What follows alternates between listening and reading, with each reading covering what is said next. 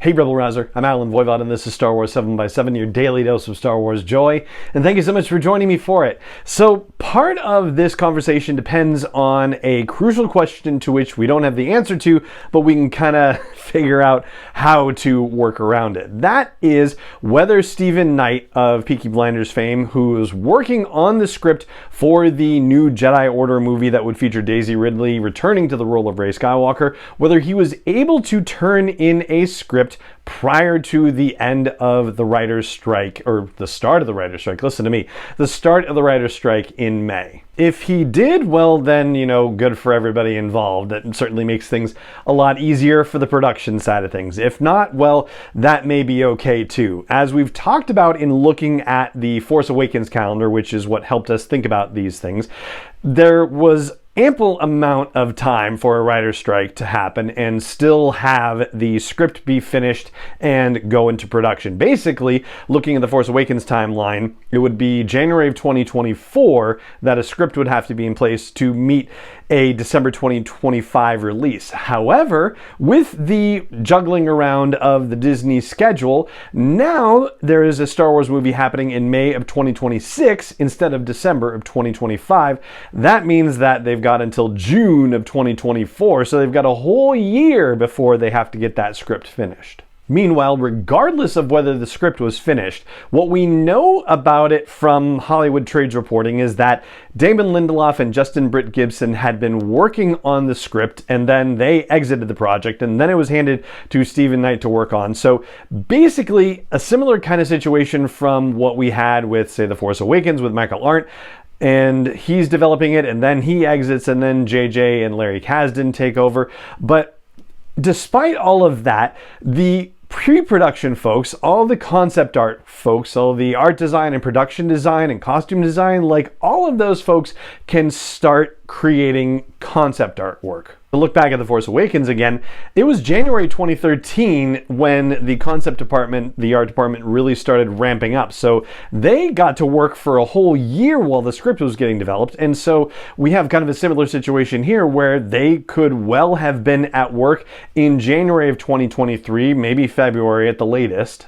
And it's hard to imagine a world where even if Stephen Knight didn't turn in a script where Lucasfilm wouldn't have said, hey, give us what you got right now, so that way, once the strike goes on, we can at least look at the work that you've done and have our art departments working on concepts in the meantime, because they're not on strike. So they're going to be well on their way, and that's not really going to be a thing that slows down the production of the movie in any particular fashion, unless the writer's strike goes on for a super long time, and when they get back to it, they tear the thing up and start over again. Like something like that could happen, I suppose, but it doesn't seem like the likeliest scenario. Now, once they get a completed script with The Force Awakens again as our guide, it was 4 months later that they started principal photography. So if we have until June of 2024 to get a completed script for this thing and still meet the May 2026 release date, then that means July, August, September, October. That means they would start filming no later than October of 2024. Force Awakens principal photography went from May until November, so it was like, what is that, 5 months? June, July, August, September, October, November? No, 6 months, listen to me.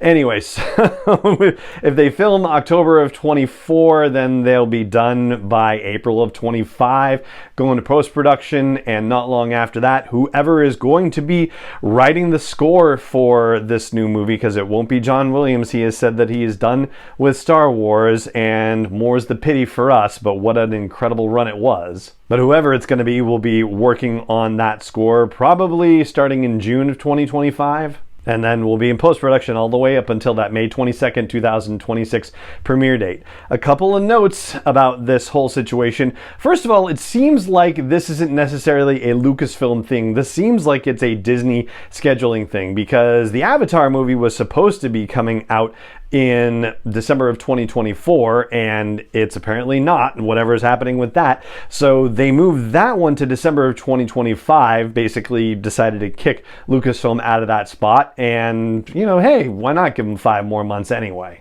The other question, of course, is how long the writer's strike will actually go on.